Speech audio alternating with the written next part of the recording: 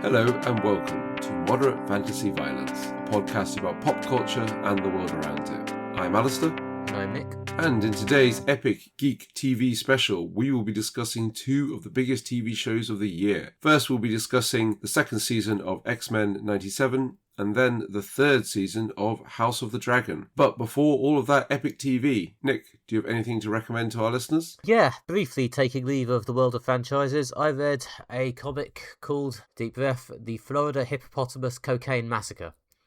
That's an amazing title. It's a 4-issue miniseries by Fred Kennedy and James Clark, published by Mad Cave Studios, who are a up-and-coming publisher doing similar things to Image. Yeah, this is about, well, basically a very big, silly, slightly 80s-esque, over-the-top action comic about a bunch of cops who are raiding this safari park, which is being used as a cover by a drug lord, and therefore, obviously, all the hippopotamuses are on cocaine and wild and rabid and eating people, and a bunch of cops are about to fly into the place with guns. There's these two super cool cops wearing Hawaiian shirts with massive slicked up haircuts who are gonna swoop in and save the day. There's a few girls in skimpy outfits. It is very knowingly exploitative and silly. That sounds fun. Yeah, I mean, it sounds like it's definitely got its tongue firmly in cheek, especially with the title. Yeah, it's very, very self-aware. I would say dark comedy, but honestly, I don't know. A lot of dark things happen, and it is definitely a comedy. It doesn't really have a sort of undertone of dark seriousness or anything. It is just very, very silly. There's not really a moment where you're invited to stop and think,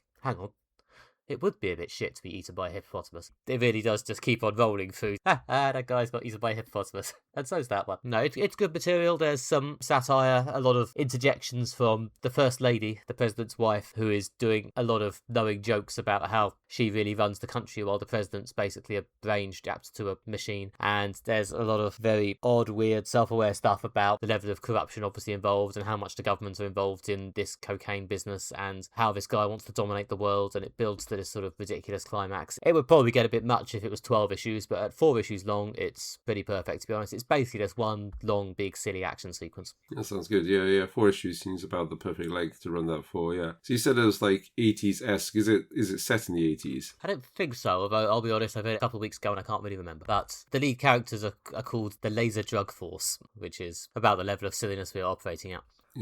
Yeah, a bit I glommed onto and found particularly funny for some reason is there's a couple of cops who are part of this massive raid who just turn up quite early in the story and just hang around having this long rambling conversation with each other about how it's like one of them keeps going on and on and on about how this is my last job, man, I'm about to retire. Yeah, I've got this whole holiday plan to... And then he just bangs on and on and on about his holiday plans when he retires. And then the other one, when it's his turn to talk, keeps talking on and on about he and his wife have finally managed to adopt an orphan, and soon they're going to adopt a second orphan and a third orphan and a fifth orphan. And the joke is, I think, they just keep hanging around for the entire story, talking on and on about how this is his one last job and they've just adopted yet another orphan. And somehow they don't get killed off, at least not initially. Yeah, that's like sort of a trope of like, yeah, it's like just one last job, then I'm going to retire, and then like getting killed. Yeah, I mean, there's a lot of Simpsons jokes along those lines of kind of, yeah, with that trope. So it's a very much, I guess, like knowingly doing that trope. It's knowingly doing it, as with a lot of things in this comic, it's knowingly doing it to the nth degree. Just, as I say, banging on and on and on about this for pages and pages. The point being, I guess, for you just assume these people are going to get killed any second, but they don't. At least not at first. Yeah, that's funny. It's playing with your expectations. No, that sounds really good. Yeah, I do like things that sort of over the top silliness. Yeah, we're just kind of going to be like crazy and over the top, really going for the sort of like madcap comedy. Yeah, no, it is really not much big or clever happening here. It just does the thing. It did go somewhat viral when it came out. I remember there was a lot of buzz about how surprisingly big and fun and silly this was. So I thought once the final issue had come out, I would finally check it out, and fair enough. If you like the idea of the Florida Hippopotamus Cocaine Massacre, then it's a pretty flawless execution, to be honest. They nailed the brief on that. Yeah, sounds like they did. I feel if you find the title funny, you'll probably like enjoy the whole thing. Yeah, probably. Anyway, so yeah, that's what I've been doing. It's a good time. Alistair, what have you been up to? So I've seen a film that's maybe slightly more serious. I went to the cinema to see Tony, which is a film about the early life of famous chef and writer Anthony Bourdain. Yeah, it's a good film. I would say it's good, not great. It's probably not going to trouble the top 5 of the year, but I did very much enjoy it. And if you're a fan of Anthony Bourdain and his TV shows, then this film is good. It's very much my sort of thing in that I love sort of writer origin stories. I love sort of the origin stories of like alternative culture icons, and yeah, I love Anthony Bourdain as a personality. So yeah, very much my sort of thing. And the plot basically follows him throughout his like college years when he really wants to be a successful writer, tries to get on a writing fellowship and doesn't, and ends up working in a little oyster restaurant in a small American town seaside resort, where he discovers a passion for cooking, which obviously then goes on to him becoming a famous chef, and then and ultimately a writer when he published Kitchen Confidential. But yeah, the film just kind of covers that summer of him trying to be a writer and end up being a chef. Again, if you like struggling creative artist types, then this is very much your sort of bag. Yeah, set in the 70s, so there's a plenty amount of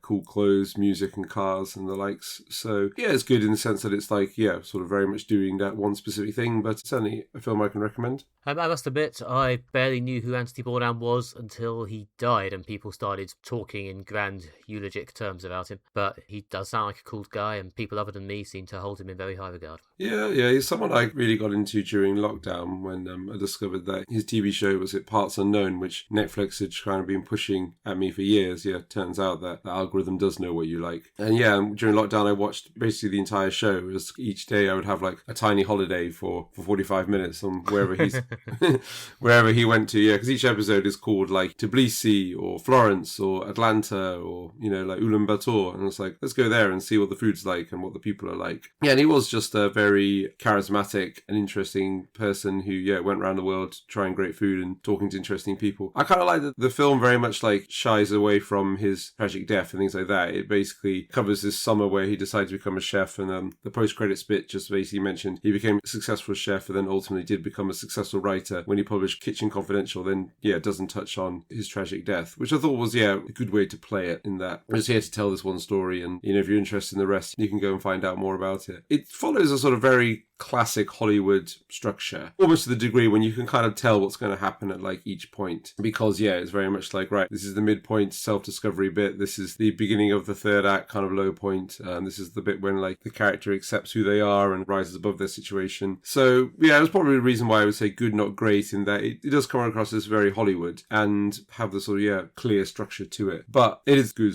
as it happens, and you kind of get like sort of sucked into it, and just kind of lost in its world. It's got a great cast. Antonio Banderas is excellent actually as the guy who runs the restaurant he ends up working at. It's a good performance for him. Also, the love interest is played by Emilia Jones, who's excellent, was great in Cat People and the film Coda, and I think we really liked her in Lock and Key. Never seen that show. That was just you. Yeah, I think this is like the second time in the podcast I've claimed that we watched it together, but actually it was just me. Yeah, so she's extremely talented, and so it's got strong cast. It really is sort of romanticizes this idea of being sort of young, carefree, working in a kitchen, which obviously is like quite grinding, hard work. But there's a sense of something about sort of the romanticization of blue collar life as fuel for this sort of idea of like the great American writer. So it's very Hollywood. I would go as far as say hackneyed maybe a little bit, but you can kind of get lost in the story that it's telling. So on that basis, I really enjoyed it. Yeah, no, as I say, I know he was a bit of a cult figure, so I'm glad they've at least given him a nice movie that doesn't get too fixated on the circumstances of his death. I've looked up Emilia Jones's filmography, and I have seen her because she was playing a major role in Task, the crime drama I watched towards the end of last year, which I believe you did not watch. Yes, but on the list of things to catch up, there's like Mark Ruffalo and Tom Pelfrey. Yeah. It's all right. There are other things I'd probably prioritise catching up on, but it's a all right crime show. Yeah. Oh, that's good. Yeah, well, she's definitely moving up in the Hollywood career structure, wherever it is. But she's done quite a lot of good roles. I think, being in Coda, Best Picture winning film, and Cat People, highly recommend, touching on the contemporary issues of online dating and, how dark it can get. Also, has the guy playing Cousin Greg, who will forever be Cousin Greg, playing again a slightly pathetic, creepy dude, which is very much in his wheelhouse. I feel he's saddled with that for the rest of his career. Even when he was in that Sheep Detective playing a sort of bumbling police officer, he's still Cousin Greg.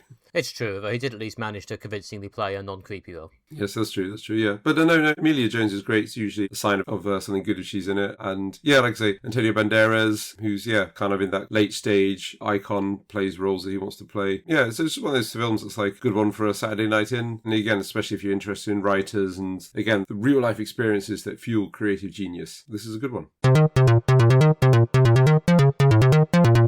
Okay, and first up today, it's the second season of X-Men 97, the show that continues the classic animated X-Men series from the 90s. And picking up where we left off last season, our heroes have been scattered throughout the time stream, with half of the X-Men being sent forward in time to a decimated dystopia where Apocalypse has vexed the place, and the young man who would become Cable is just growing up into his role as Apocalypse's destroyer, and the other half go into the past to explore Apocalypse's origins. If you haven't picked it up, a lot of Apocalypse in this season. We have seen this entire thing. Alistair, what did you think? So I liked the first season a lot. I think we both put it in our top 5 TV shows of last year. Yeah, so I had high expectations going into this season, and I did enjoy it, and I thought it was very, very good. I guess my criticism is it didn't hit quite as hard as the first season. Yeah, it's one of those things when it's like, I don't know, damning with faint praise or something like that, which is the sense that like the first season set a very, very high bar and this came close to it but didn't pass it, which sounds like something negative, but I guess looking in the round is just very, very good. And, you know, there's a lot of good stuff here. Like the things I liked the first season, there's a big cast of characters, lots of different characters doing different things, but it manages them all well. Obviously a lot of cool favourites, including all the ones you liked from the 90s X-Men cartoon and some new ones added. Yeah, it has that sort of nuance and explores some complex themes around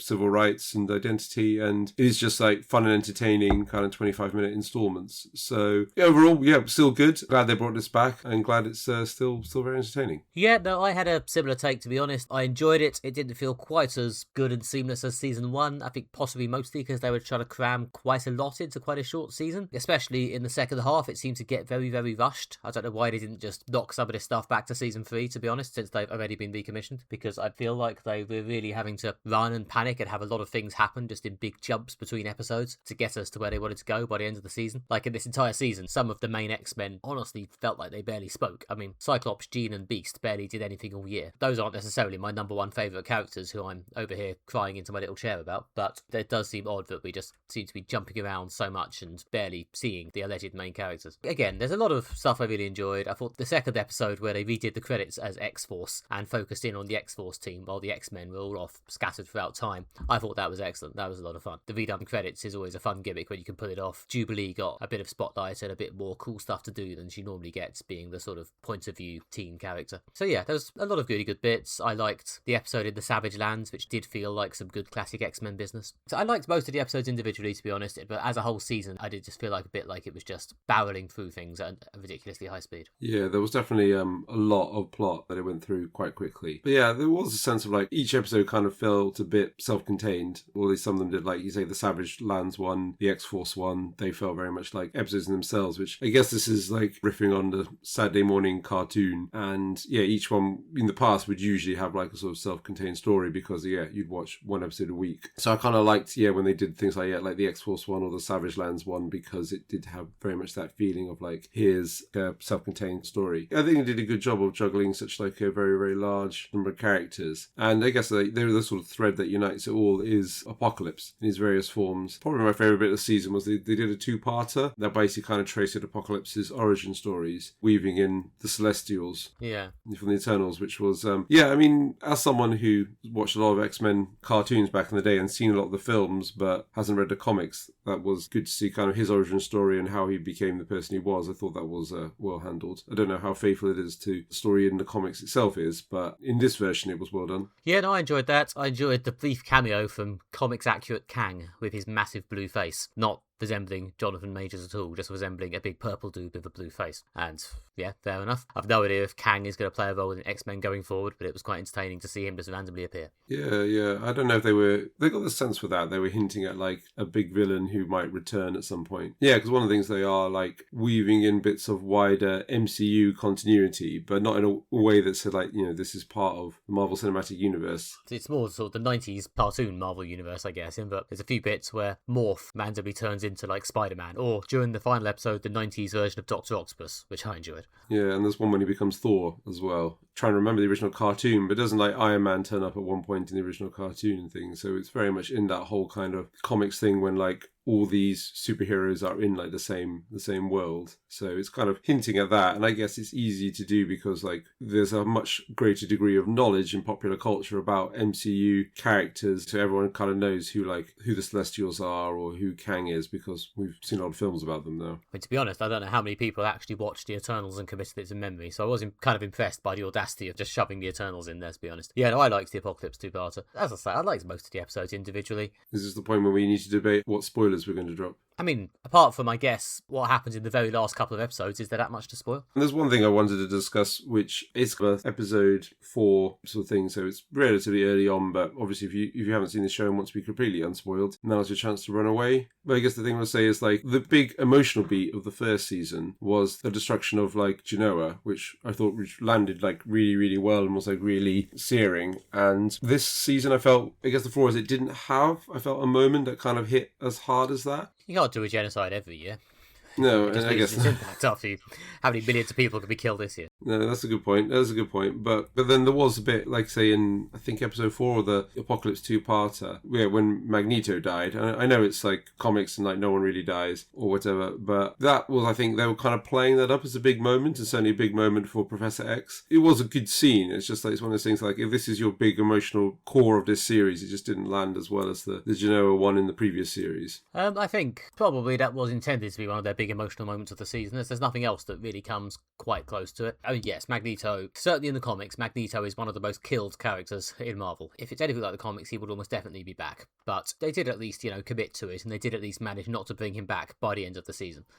Whereas, weirdly, the bit in the Series 1 finale where they removed Wolverine's adamantium was undone fairly unceremoniously about 5 episodes later, with almost nothing done with it. One does slightly wonder why they bothered, but anywho. Yeah, I guess it's one of those things where, like, there was a sort of a sense of equilibrium that you always return to. I mean, you've said several times on the podcast that, like, comics are like soap operas, and generally they, like, trend back towards this equilibrium over these, like, sort of long arcs. They do, but normally the way you'd handle that is you'd take out Wolverine's adamantium, you'd do, like, a series of stories where you explore, what is it for Wolverine to not have his adamantium? How does this affect him as a character? What stories could we do in this situation but we couldn't do before? And then once you'd exhausted your list of things, then you give him back his adamantium. Whereas here, it just felt like they sort of did it, just sort of happened without anything really being done with adamantium-free Wolverine in the interim. Yeah, that's a good point. I guess, I don't know, they felt they just didn't really have anywhere to go with that. So yeah, it's one of those things where it's like, I'm concerned that, like, by focusing too much on, like, the negative, it feels like it's a more negative review than I'm intending, whereas I did, like, get excited each week to sit down to a new episode and basically be like, ooh, yeah, what cool thing's going to happen this week? Yeah, so there was a lot of good plot lines. I quite liked Polaris's story, kind of redemption arc and joining the faculty at the school. And then, yeah, there was, like, an episode when she had to save everyone, so that was really good. And I like the fact that, yeah, she got added to the opening credits as well. Yeah, no, I enjoy the way the opening credits seem to be a living, breathing document, and people just seem to be shuffled in and out of them between episodes depending on who gets killed and who joins the team and stuff. That is fun, and the Polaris stuff was very good. It's weird. On the one level, I quite like the fact that they are expanding the universe and bringing in more characters. On the other, there were a lot of characters. My partner, who is not as steeped in X-Men lore as me and has not really seen many of the films or read many of the comics, was a bit, and who is this? Who was that one again? I saw the cartoon, but I didn't memorise it. Yeah, they did add a lot. I think by the end, they got to the point where, the bit in the opening credits, which is one of their iconic opening credits thing, how they introduce the characters are going to be in this episode. When it got to the point there were, like, sort of 12 or 14 people in it, I was like, wow, this is a lot of characters. And I think it is partly done, which I do support, which is that, like, to give more of the characters of colour a role, which I think is one of the things they're trying to, like, rebalance from, like, the 90s when it was very much like an optional thing. I mean, there's always been Storm, who's been an iconic black woman character, but yeah, I see why they wanted to add the opening credits, Bishop and Forge, to show there are more non-white characters. But yeah, it does mean there's, like, now a lot of them. Yeah, it does mean there's now a lot of them, and again, it does mean that in trying to serve all these characters, it does kind of feel like we never get to just settle back and actually do X-Men stories. But it is, as you say, always fun. I never didn't look forward to an episode of this. It was always very exciting to see what bit of continuity or what big thing was going to happen this week. And, I say the storyline jumped forward a lot, but it did at least mean that every episode felt like it actually mattered, Part of me would still quite like some episodes where we, relax a bit and actually use the status quo rather than just shoving it forward. I suspect it's it's too late for me to give them notes for season 3, but come on, guys, take at least half a chill pill. Yeah, I think with this, it does have a bit of like a difficult second album, which is, first on big smash hit, like, what do we do now? Fucking everything. Everything, yeah, is the answer, which also is the answer for a lot of bands as well. It's like, we're going to throw everything, including the kitchen sink at this. It's time to hire a choir. Fuck it, hire 2 choirs. Yeah, exactly, yeah. So bigger, more. You liked what you did before, more. More instruments. More glass, more cocaine, more. Yeah, exactly. We've got budgets now. We've got a cocaine budget. And then sometimes people like, after that, they'll sort of settle down to basically be like, right, okay, we've got the difficult second album out of the way. Let's establish like a rhythm. So it might be one of those things when like they threw a lot out for the second season. I guess maybe they'll be more focused in the plot for the third. Although I did think the focus on the Apocalypse did give this some form of structure. And obviously Apocalypse being a big iconic X-Men villain, diving into him as a character, where he came from and like his whole deal was a good way to structure a season. Yes, and they did do a slight bait and switch with our expectations towards the end of the season with what actually ended up happening with Apocalypse, which I did appreciate. I thought the finale did at least feel suitably like something happened. Yeah, very much so. And Nightcrawler got a few nice moments, which is nice. I enjoy Nightcrawler. He's a good, sometimes underused character. Yeah.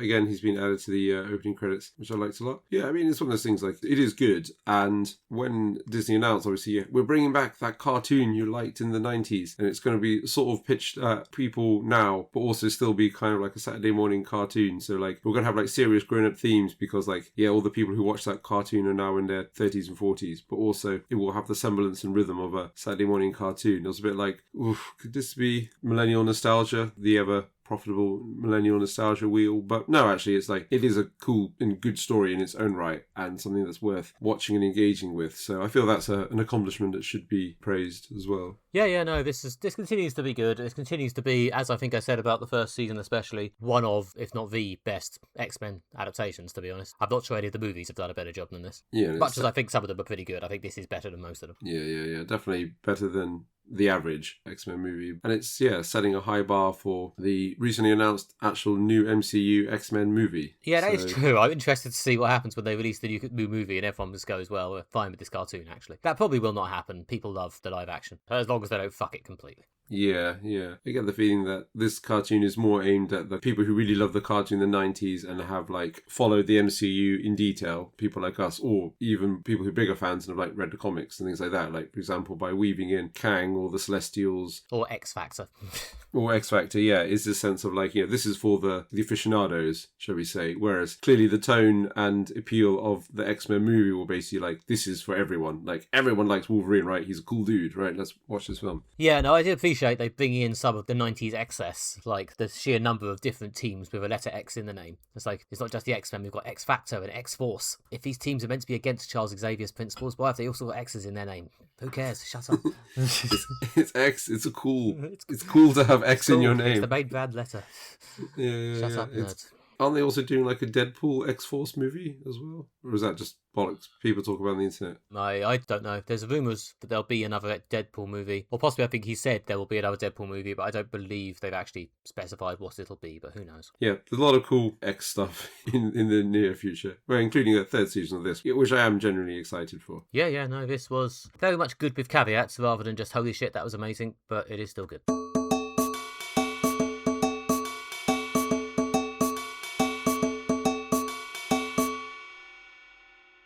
Okay, and last up today, it's the third season of House of the Dragon, the Game of Thrones prequel series about family squabbles in the Targaryen family, which of course, because they are the royal family and all have dragons under their control, also means it's trouble for everyone else in the realm as well. In this third season, Rhaenyra, the queen who was in exile last year, finally manages to rise up and take the throne, but as you'd expect, finds it's not as easy and fun as she might have hoped it to be. We have seen this. Alistair, what did you think of it? So I did feel there was a marked step forward in this season, which is good because they're very much in the middle of their run. I think they're aiming at 5 years or so they've actually already confirmed that next one is the last one. Oh, okay, four seasons. So they very much feel like this is making progress and it is moving forward. Yeah, I guess it's like overall it lacks that kind of big excitement that Game of Thrones had. I know partly because Game of Thrones was the biggest thing in the world, which contributed to watching it. But yeah, you got this much bigger sense that like, you know, the big battles mattered when like watching. And you do get that sense from this. Again, it's similar to what we say about X-Men. It's another damning with faint praise. And I was excited for every single episode. But I guess there was a sense of feeling like this just doesn't have the emotional heft I felt that like the Game of Thrones had. But I did like the fact that they clearly moved the plot along this season. They developed the characters and they paid off some big stuff. For example, especially towards the end when was introduced in the last season of the idea of they found commoners who could ride dragons, or commoners who had a tiny amount of Targaryen blood in them due to Targaryens fucking prostitutes and things like that and having affairs. So they found some people who weren't Targaryens who can ride dragons, and obviously that whole thing of like, let's give like the most powerful weapons in the world to some random people who pulled out of the street obviously blows up in their face. I like the fact that they paid that off. They putting the pieces in a good place for the final season, so hopefully that goes well. Yeah, this is possibly going to be kind of the opposite review to what I said about X-Men 97, to be honest, in that I came into this with fairly low expectations because I honestly remember finding the second season a bit dull and came away, I quite enjoyed this actually. I had a decent time. I thought, especially in the last few episodes of this season, they actually did manage to hit the sort of nasty betrayals, sprawling out into epic action and with a vague sense of sadness that Game of Thrones did at times. It's still not as fun. We still seem to have this apparent split where Knight of the Seven Kingdoms gets to have all the fun and character material, and this show is just humorless royal intrigue. But if you're going to be the humorless royal intrigue show, I thought they did a decent job of it. It actually had an epic conclusion, which probably helps, as season 2 did not have an epic conclusion and felt very rambly and unfinished as a result. Whereas this one, I thought it did actually gather its threads quite deftly and build them to an epic climax. I found the final episode of this actually quite tense and exciting. Yeah, they finished with a big battle, which is something that Game of Thrones did. Usually Game of Thrones did in the penultimate episode, but they've only got 8 episodes here rather than the 10 that Game of Thrones had. But in that sense, it did build to like a big epic battle where like a lot of character things and plot was decided, as well as there being like, a huge fight. And I think one of the things is that people do forget like how funny Game of Thrones could be and like how it did have like a variety of tones. Yeah, which is one thing they've lost in this. Like I say, they've put like, the sort of humour and not taking things too seriously has all ended up in Knights of the Seven Kingdoms. Yeah, and basically the seriousness and this is a big battle to save the world aspect is very much in this show. Yeah, which just makes it like maybe like a little less interesting. I mean, it's not even that, is it? Like, the battle to save the world hasn't started yet. It's just two siblings from the same royal family smashing at each other. And then with the kind of battle to save the world talked about. Mentioned occasionally, but I think that's mostly just as a sort of a vague hinty for fan service, Ooh, they mentioned the thing from Game of Thrones. Yeah, there's that element, yeah. Which is annoying in large doses, but they just about managed to keep it under control. I think last season they had a vision sequence where Emilia Clarke briefly appeared, which was one of the many things that annoyed me about the previous season. But this year they do manage to keep the hinting at a sensible level. Yeah. Which is fair enough, yeah. And it's quite complex in that there's a lot of different characters in different locations. I mean, similar to what happened with Game of Thrones, is it started at like a common point and then like spread out in lots of different directions and then came together at the end, which I feel they are doing now.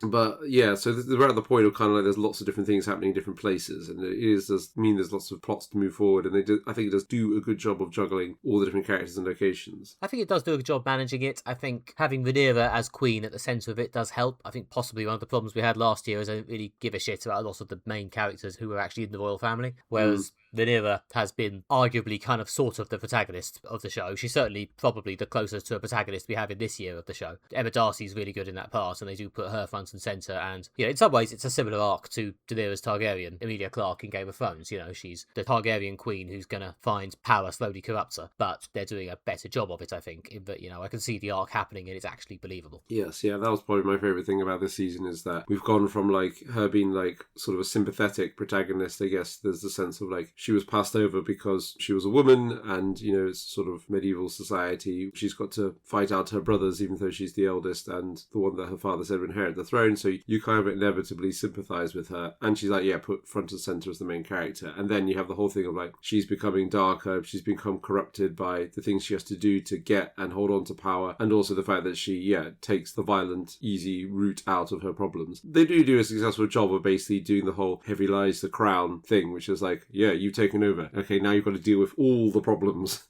So, yeah, and then which obviously that leads to when you have absolute power and have to deal with all the problems, you can just make some of the problems go away through murder. And yeah, you can kind of see her becoming corrupted, becoming more unstable, more violent, more tyrannical. And that was my favorite thing about the season. They did feel they moved the character on quite substantially. And obviously, yeah, set up for what is, going to happen in the final season. Yeah, and in the previous years, I think a lot of stuff has been focused around, I don't know, the relationship between Rhaenyra and Alicent's, played by Olivia Cook. And it's still there in this season. It's maybe downplayed a bit, but it's still there. And I'd be interested to see that relationship maybe hopefully come back to the fore in the final season, as it felt like that's kind of where they started. Yeah, I get the feeling that it will, and that's kind of what they're gearing up as well. And also one of the things, they have a lot of people in the royal family and a lot of characters, but this is like a war story, so quite a lot of them are dead now. Well, yeah, the finale this season, as well as being a good epic battle, did also clear out a few secondary characters, so we could focus on the main ones next year. Yeah, which I think has worked well. Also, there's this thing of Game of Thrones, which is like, this is a show where certainly your secondary characters could be dispatched at any point. So yeah, especially when you get to the season finale, it's like, right, some people are going to be killed, which is good, and it's like homing it down. I mean, the first episode opened with Rhaenyra's son being killed. Well, that's the finale of the first episode, and that again felt like, oh wow, they are dispatching important characters, and the sense of like, yeah, they are also like thinning down the cast. Again, that it meant that this season felt like it mattered and moved things forward, which is a bit more than maybe the last season did. Well, the last season, I don't know, I'm not a big behind the scenes conspiracy theorist guy. I gather that basically the action sequence from the first episode of this season should have been at the end of the last one, but they just didn't have the money to film it or something, which is why the last season did seem to stop just before the end. That was a bit annoying for us reviewing it at the time, but for future binge viewers, it'll probably be okay.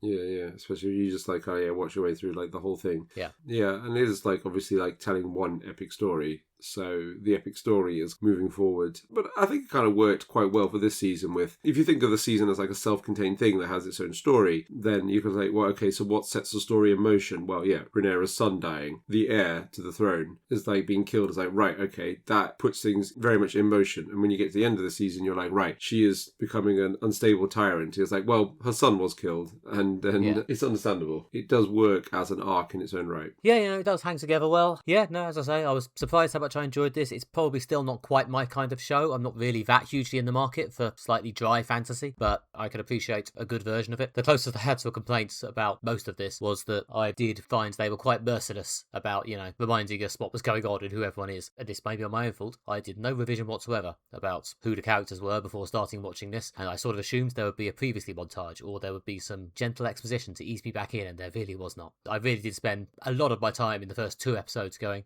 okay, and you are? Okay. What? I did eventually go and look some stuff up online, but still, they could have babied me a bit more, guys. Come on, I'm just a small bean. Yeah, very much so. I mean, there was definitely on the... It's been 2 years, for fuck's sake. Anyway. Yeah, there's like the 2 cadet branches of the Targaryen house are green and purple, and I sometimes forget which one's which. I think Rhaenyra's purple, isn't she? And are they green and black? They might be green and black. Again, I don't really remember. They should have come up with more distinctive names than just colours. But anyway, on the non-Rhaenyra side, there were definitely some characters who I was... certainly the first was like, who are you? Can't remember what your deal is. You're just like another guy in a castle who likes to kill people. Fair enough. But yeah, I think what people also forget is Game of Thrones had a beat of basically, if there was something that needed to be explained, they would do it in a scene of nudity. That was kind of the thing that they did. And like, usually, Tyrion or someone would visit a brothel and there would be naked ladies whilst people talk about heavy-handed exposition. And that was a beat that worked very, very well as storytelling. I can see why they don't necessarily want to do that, because it's no longer 2014. And I mean, it was, I don't know, titsploitation. Titsploitation? Oh, God. People online used to call it sexposition. That's it, sexposition. That's the phrase I'm reaching for. And yeah, I mean, like, I can see why, like, it's nice that most of the women characters aren't there just to be naked so that they could fill in some fantasy lore for the people who, like, aren't just, like, have hard-on for fantasy lore. But... as long as they got hard on for something during those scenes, it's mission accomplished. Yeah, exactly. Yeah, and that's something that Game of Thrones did. And with this show, they're very much like, we're not doing that, and we will have people of colour in this show, and there'll be less rape. And the whole thing has come on leaps and bounds in representation terms. But there is definitely an element of like, come on, guys, like, you need to remind me who the various men in castles are, because there's a lot of them. Basically being like, oh, it's him from the Barren Lands. I was like, okay, which one's the Barren Lands again? In Game of Thrones, there was the island, and there's the big city, and there's the snowy one. And I can't remember what the other 7 or so are. And there's the one that's basically Spain. So yeah, I agree with you. They could have done a better job of just gently reminding me someone who's watched the whole thing who these people are, some of them. Well, yes, especially in a modern TV landscape where, as I've bitched before, it takes at least 2, if not 2.5 years to produce a season. Yeah, I've forgotten the people who aren't Matt Smith or in error. Yeah, although it was nice to see Matt Smith get a bit more to do this year after spending most of last year hanging around in an empty castle. Yeah, which that role has been handed to someone else. There was still quite a lot of hanging around in empty castles. There was someone else doing that, and to be honest, I think I preferred his version. But I thought Matt Smith was very good in this, and considering that, like, he was very good as the Doctor, and I did feel that, like, he was quite good at bringing some dark edge to the Doctor, and considering he was very, very young when he played that role, and it was good that he had that, like, bit of edge to it, and I think here he's also, like, playing up the edge as well. And yeah, very much as a sort of, he's the tough man, the Queen's husband, but also, like, her head of the army and a big soldier who is uncompromising and can be quite brutal. And actually, he's very, very good at that, which shows he's a really talented actor, that he has his range. He is one of those things when they cut to Matt Smith, I was almost like, oh, cool, good scene coming up. Matt Smith's in this one, rather than, some of the other generic dudes in castles. Yeah, I mean, obviously, this being Game of Thrones, a Game of Thrones-esque show, there's always going to be 1 or 2 storylines which are less exciting than the others. But to be honest, I didn't feel like there was one that was fully rubbish this year. I was at least somewhat interested to see where most of them would go. Yeah. There was not one storyline where I just rolled my eyes completely when they cut to it. Yeah, exactly, yeah. And also, like I was saying with X-Men, although probably more so with X-Men, there was a moment of, like, I was very much like, oh, Monday's rolled around, I finished work, time for some House of the Dragon. It's actually, I was looking forward to it and was, like, generally entertained, and always felt like, that's a good way to, like, escape the mundane world into, fantasy land, which was good, and there's some things, we've watched for the show that it did very much like podcast homework. Yeah. Later series of Umbrella Academy spring to mind. Whereas this is something that's like, no, I'm genuinely really excited. Well, genuinely a bit excited.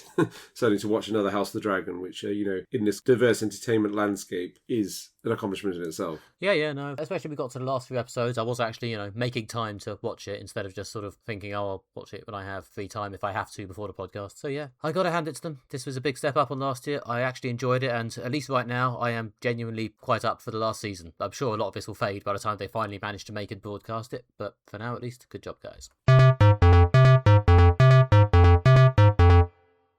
That's all we have time for this episode. If you have enjoyed this episode of Moderate Fantasy Violence, then please leave us a review in your podcatcher of choice. And once you've done that, you can visit our website, moderatefantasyviolence.com, where you can find other episodes of the podcast, bonus audio clips, and written pieces by Nick and myself. And if that's not enough for you, you could also follow us on social media, where I want to say we're on Facebook and Blue Sky, and you can find out if and when we might podcast and what we might be podcasting about. We will also tell you in a minute or so, to be fair. And if you like that, you can also follow me on social media. I am nickbryan.com on Blue Sky, on the internet, and also on Instagram, but with the word dot instead of the punctuation mark, where I will mostly be talking about my comics Kickstarters, including my upcoming one for the 3rd issue of Sold, which is just starting to roll down the hopper, so get excited, lads, get excited. Yes, I am very excited for that. And once you've done following Nick, you can follow me on TikTok, Instagram, and Blue Sky by searching for Alistair Ball. You can find more of my writing at redtrainblog.com. You can find my theatre reviews at everythingtheatre.com, and you can follow my newsletter by finding the link in any of the previously mentioned social media posts. And after you've done all of that, you can get excited about the next episode of Moderate Fantasy Violence, where there are two films that we are excited about. So there will be Teenage Sex and Death at Camp Miasma, the follow-up to I Saw the TV Glow, which was our top film of